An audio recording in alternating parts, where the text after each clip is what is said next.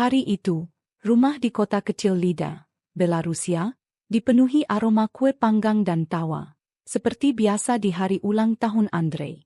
Ibunya telah tiba dari Mogilev, tetangga mampir membawa pai, dan aku seolah menghilang di balik topeng nyonya rumah yang sempurna.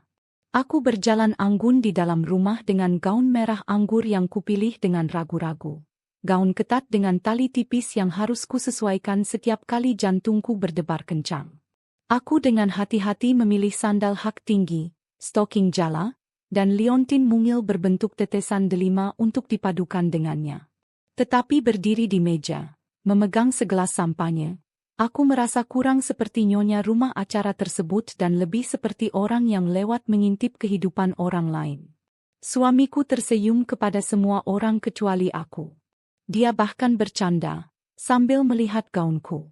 Belahan leher seperti itu berani.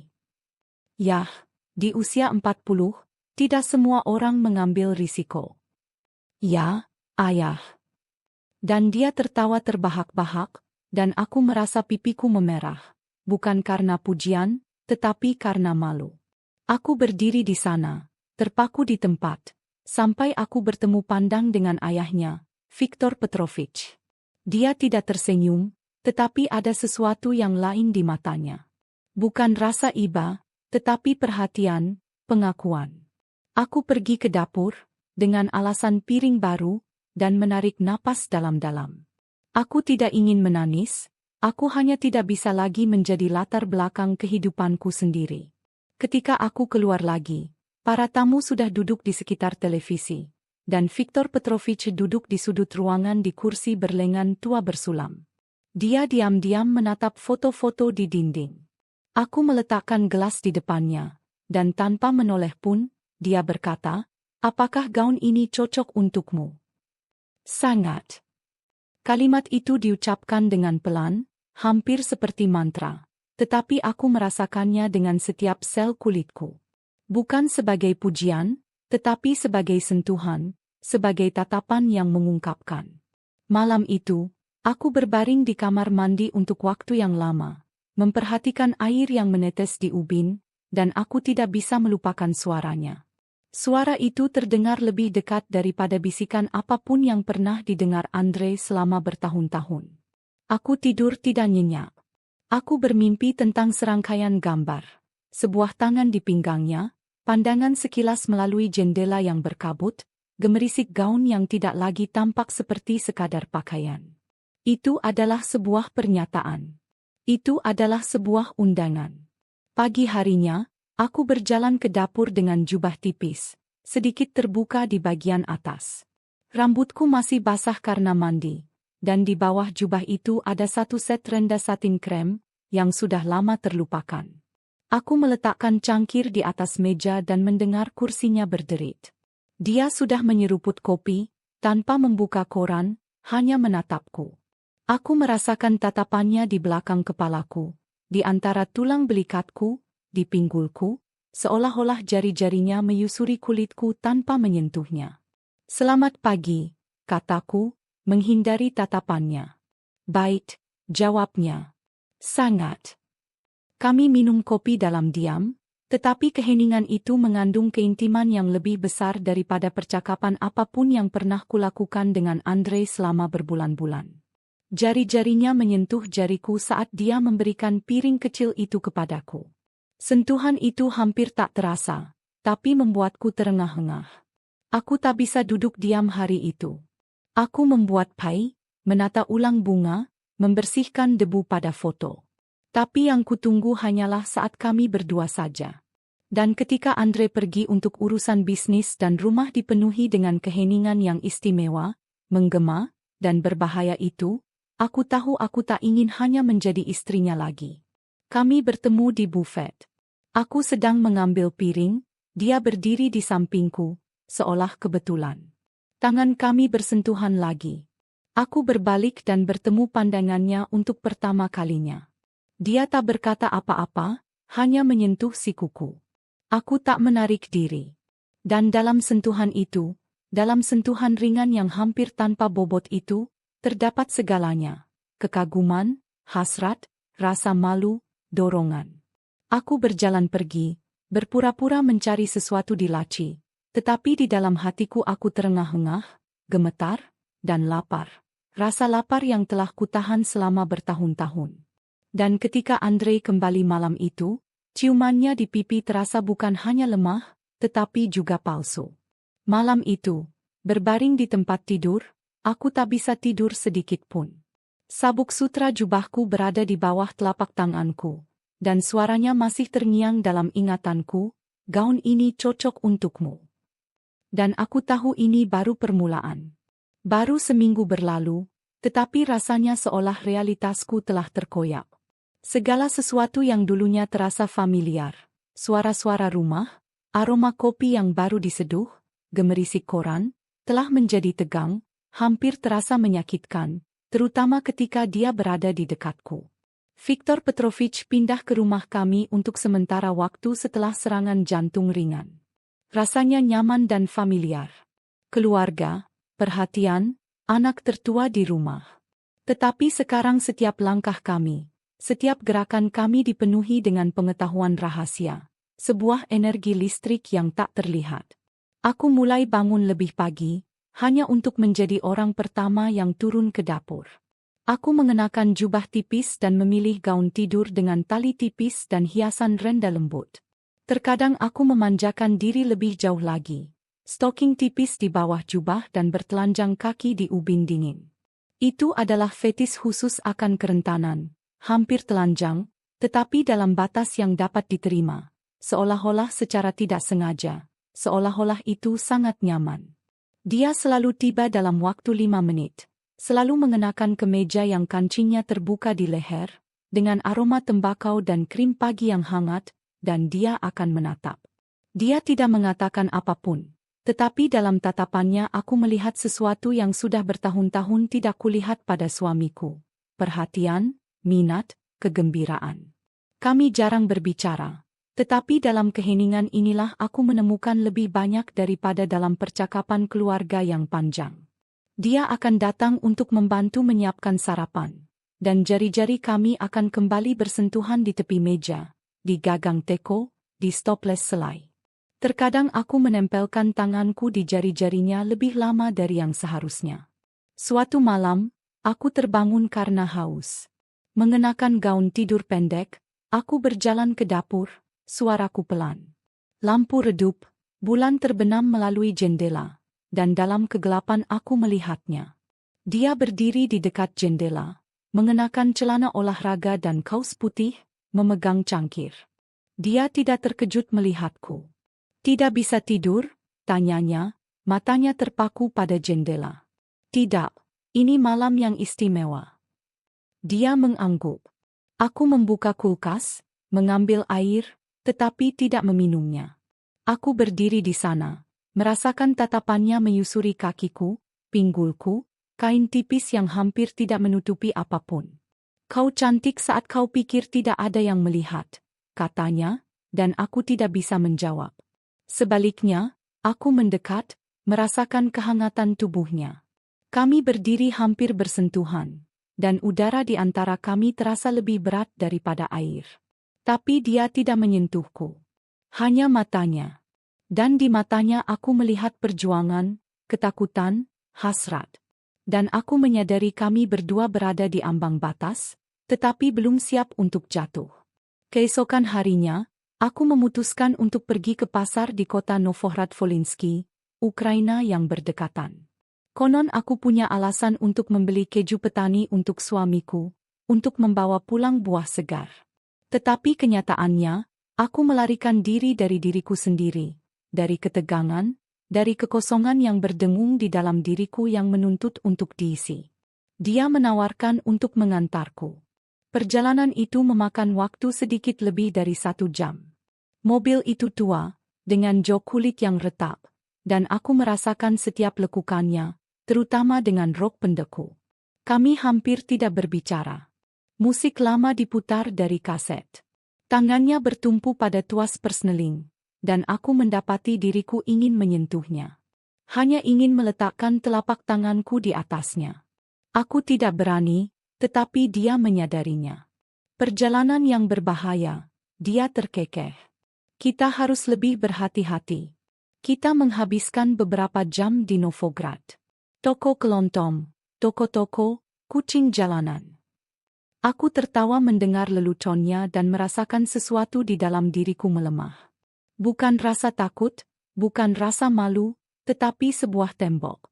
Tembok itu retak, terutama ketika dia membelikanku pita sutra abu-abu untuk leherku agar melengkapi penampilanku.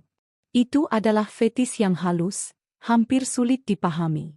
Aku menyadari dia juga bermain-main dengan itu, tetapi dengan selera, hati-hati, dan penuh hormat. Dalam perjalanan pulang, ketika dia berhenti di tepi danau selama 5 menit hanya untuk mengatur napas, aku tidak bertanya mengapa. Aku tahu. Kami keluar, dan tanpa menunggu kata-kata, aku mendekat, berdiri di sampingnya. Tangannya menyentuh pinggangku. Dengan hati-hati, lembut. Namun sentuhan itu sudah cukup untuk membuat dunia lenyap. Bibir kami bertemu dengan lembut, terkendali, tetapi penuh hasrat.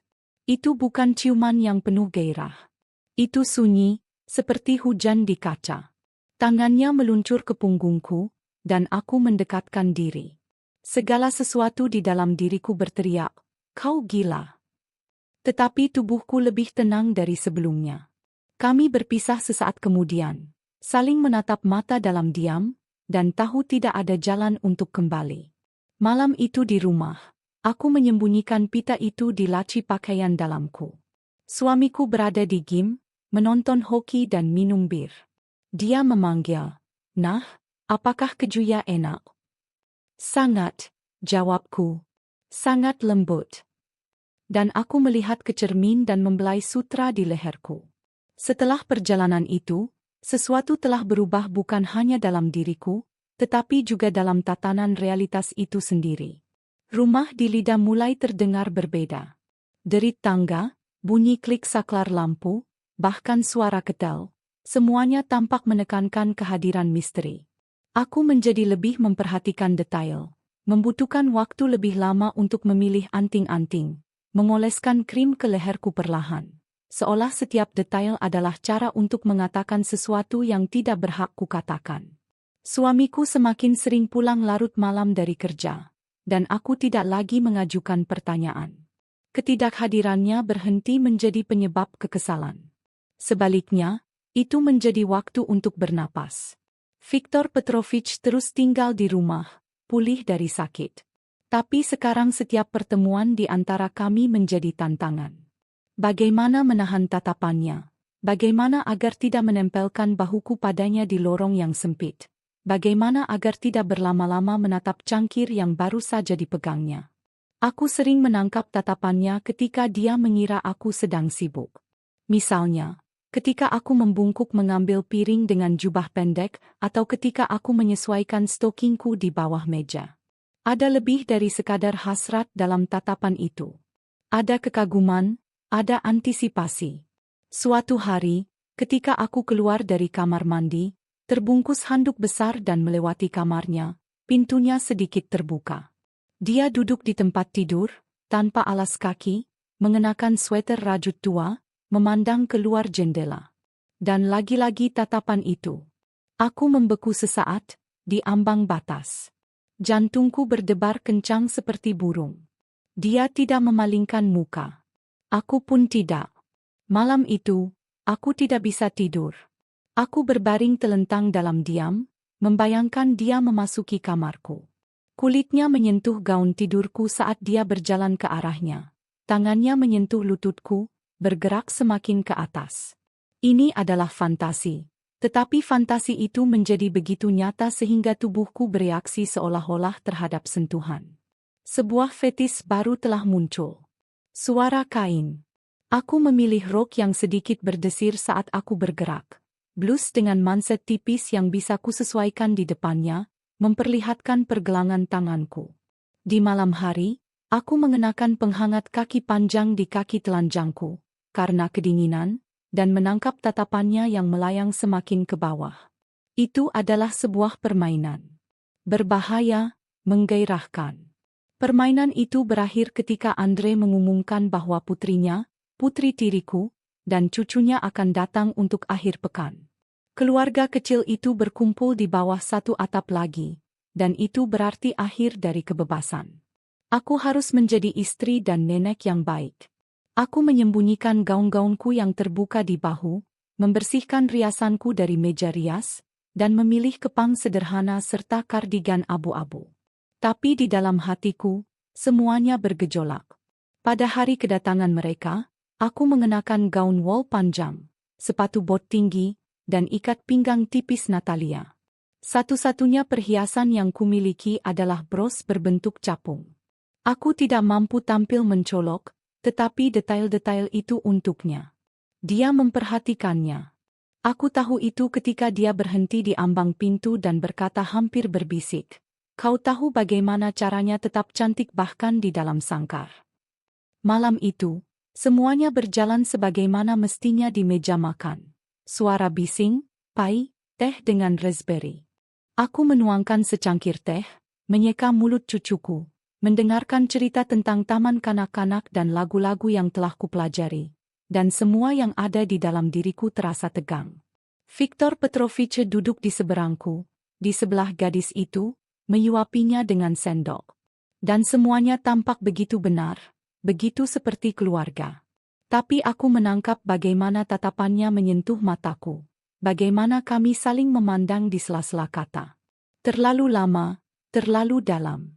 Larut malam, ketika semua orang sudah tidur, aku mengenakan kardigan dan keluar ke lorong, katanya untuk mengambil handuk, tetapi aku bertemu dengannya di tangga. Dia mengenakan kaos dan celana piyama. Kami berdiri terlalu dekat. Dia mengangkat tangannya bukan untuk menyentuh, tetapi seolah-olah ingin menghapus jarak di antara kami. "Ini gila," gumamnya. Aku tidak menjawab. Aku hanya menyentuh jarinya, nyaris. Dan dia mengerti. Kami tidak berciuman malam itu. Tetapi rasa ketidaksentuhan itu tetap ada di tubuhku. Erotisme pengekangan, siksaan diam dari hasrat. Keesokan paginya aku bangun pagi-pagi. Suamiku masih tidur.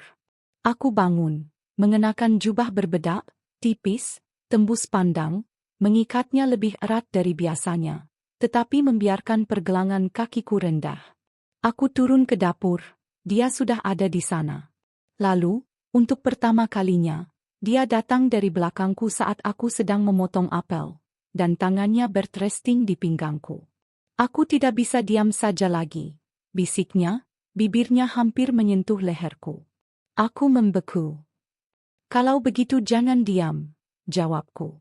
Dia tidak menciumku, tidak memelukku, hanya mengusap jubahku dengan jarinya, dari bahu ke pergelangan tangan. Aku menahan rasa merinding. Suamiku masuk, ceria, seperti pagi hari, tanpa curiga. Dan kami berdiri di sana, bermain-main dengan kepolosan, yang mana sudah tidak ada lagi setetes pun kepolosan yang tersisa. Setelah kunjungan Pacheritsa, rumah itu tampak kembali tertata. Andre menjadi lebih perhatian, seolah-olah dia merasakan perubahan itu, tetapi tidak tahu dari mana asalnya. Dia lebih sering merangkul bahuku, mengajakku menonton berita malam bersamanya, tertidur tidak sendirian, tetapi memelukku lebih erat dari sebelumnya. Di saat lain, aku pasti akan bahagia. Tapi sekarang sentuhan-sentuhan ini terasa asing. Aku terbangun di malam hari karena sentuhan tangannya, tetapi dalam pikiranku bukan tangannya, melainkan tangan-tangan lain yang mengingat napasku, pergelangan tanganku, bentuk tulang punggungku di balik kain sutra. Keheningan antara Viktor Petrovich dan aku semakin panjang, tetapi itu adalah ketidakpedulian. Lebih seperti badai yang tersembunyi di balik kaca. Dia tidak lagi membiarkan dirinya berlama-lama di ruangan sendirian denganku, tidak lagi memberiku secangkir teh yang begitu dekat sehingga jari-jarinya akan menyentuh. Tidak lagi menyentuh pinggangku dengan dalih membantuku mengenakan celemek. Semuanya terasa hambar, dan itu menyakitkan.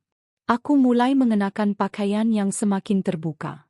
Kaos turtleneck abu-abu, rok lurus, syal tanpa warna. Fetis itu telah berubah. Sekarang aku terangsang oleh betapa kerasnya kami berdua berusaha untuk tidak lepas kendali. Aku mengikat rambutku agar dia tidak bisa melihat lekukan leherku. Tetapi bahkan ketika aku meletakkan setrika di rak dan kain rohku meregang di pinggulku, aku tahu dia sedang memperhatikan, dan aku ingin dia memperhatikan. Suatu pagi, ketika aku pergi ke kebun untuk memetik peterseli, dia menyusulku. Hari itu mendung.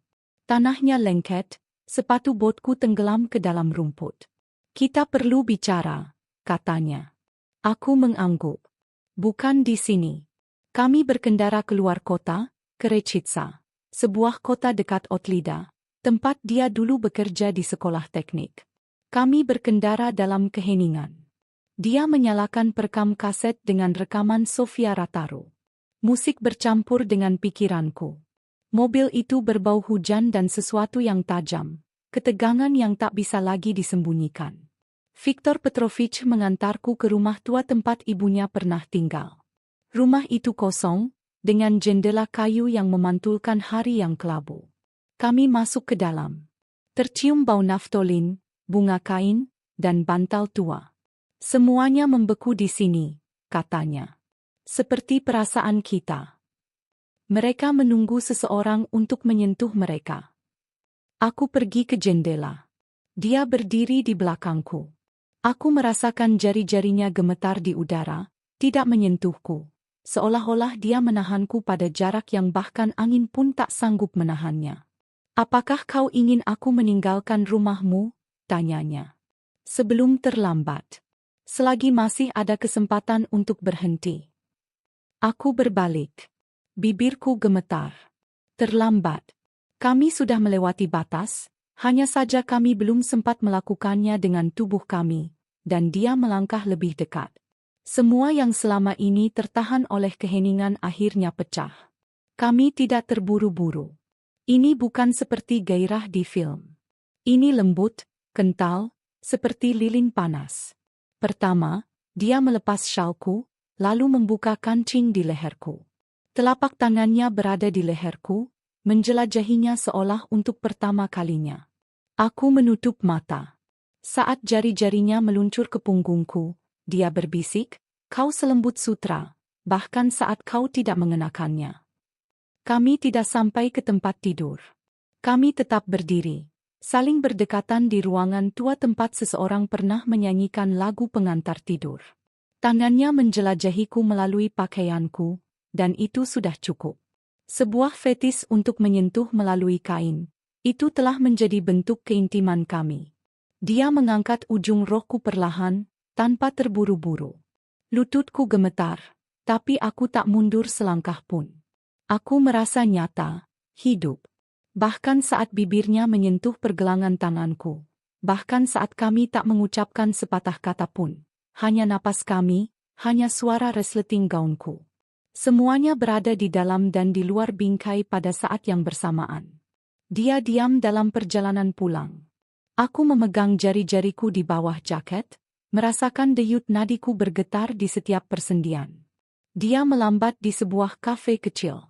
"Kau butuh sesuatu yang manis," katanya. "Kau merasakan kesedihan di bibirmu." Kami minum teh dengan selai si Buckthorn. Dia menatapku seolah-olah dia melihat bukan hanya tubuhku, tetapi seluruh sejarahku. "Kau bukan miliknya," katanya. "Tapi aku tidak memintamu untuk menjadi milikku." Aku tersenyum untuk pertama kalinya dalam beberapa bulan. Sungguh. Ketika kami kembali ke rumah, kami kembali menjadi orang asing. Anakku menyambut kami, bercanda tentang sepasang pelancong. Aku tertawa bersamanya, tetapi jauh di lubuk hatiku aku tahu celah di dunia telah melebar, dan segera akan menelan segalanya. Malam itu, berbaring di bawah selimut di samping Andre, aku merasakan aroma ayahnya di kulitku.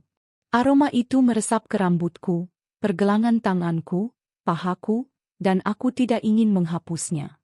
Sejak perjalanan kami ke Rechitsa, rumah ini tidak pernah terasa sama lagi. Semuanya berada di tempatnya, tirai, sepatu di pintu masuk, cangkir di rak, bahkan rute harian suamiku dari dapur ke televisi. Tapi udaranya telah berubah. Sepertinya dinding-dinding itu bisa mendengar pikiran kami. Saya tidak perlu melakukan apapun kepada Victor. Tetapi saya tidak tahu apa yang harus dilakukan, tidak ada yang perlu dan tidak ada yang lain. Jika Anda tidak dapat melakukan hal ini, Anda mungkin akan mengalami kesulitan. Tentu saja, ini adalah hal yang tidak perlu dan tidak dapat dilakukan.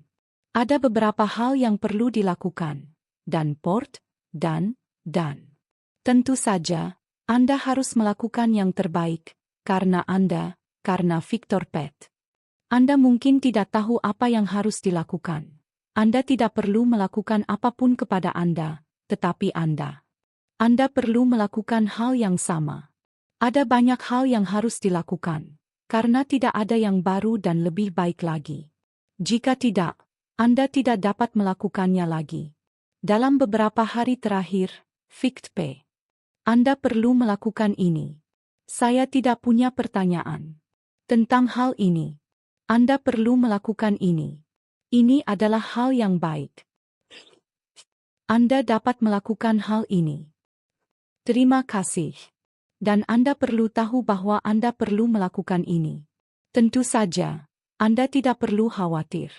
Ada banyak hal yang bisa saya lakukan. Apa yang kamu butuhkan? Anda perlu melakukan hal yang sama. Saya yakin, Anda tidak perlu melakukannya lagi. Tidak ada yang lain. Ini adalah hal yang tidak dapat disangkal, tetapi itu adalah alasan yang baik. Penting, tidak ada masalah. Tidak ada yang bisa dilakukan, Anda mungkin perlu melakukan hal ini. Anda berada di tempat yang tepat, tidak ada yang salah dan tidak ada yang tahu, itu adalah hal yang baik. Saya tidak punya pilihan lain. Untuk menjawab pertanyaan ini, ya, ini adalah hal yang baik. Anda perlu. Ini bukan masalah. Ini adalah bagaimana Anda dapat melakukan apa yang Anda inginkan, tanpa masalah, atau apapun. Saya tidak bisa membantu Anda. Anda tidak perlu melakukan apapun. Tidak, dan tidak perlu lagi. Jika Anda ingin melakukannya, bagaimana Anda bisa melakukannya? Jika Anda salah, Anda akan berada di sana. Ya, itu adalah hal yang baik. Telepon. Jika Anda melakukan ini, Anda tidak akan bisa melakukannya. Anda tidak perlu melakukan apapun untuk membantu Anda, Marina. Ada banyak orang,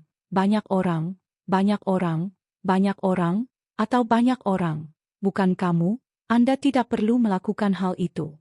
Pada saat yang sama, saya mungkin bertanya, kamu ini, apa yang kamu lakukan, Elena? Apakah Anda tidak bisa atau tidak bisa melakukannya? Dan saya. Sialnya, aku bisa melakukannya. Banyak orang yang melakukan hal yang sama, dan banyak hal yang tidak penting, dan banyak lagi. Ini.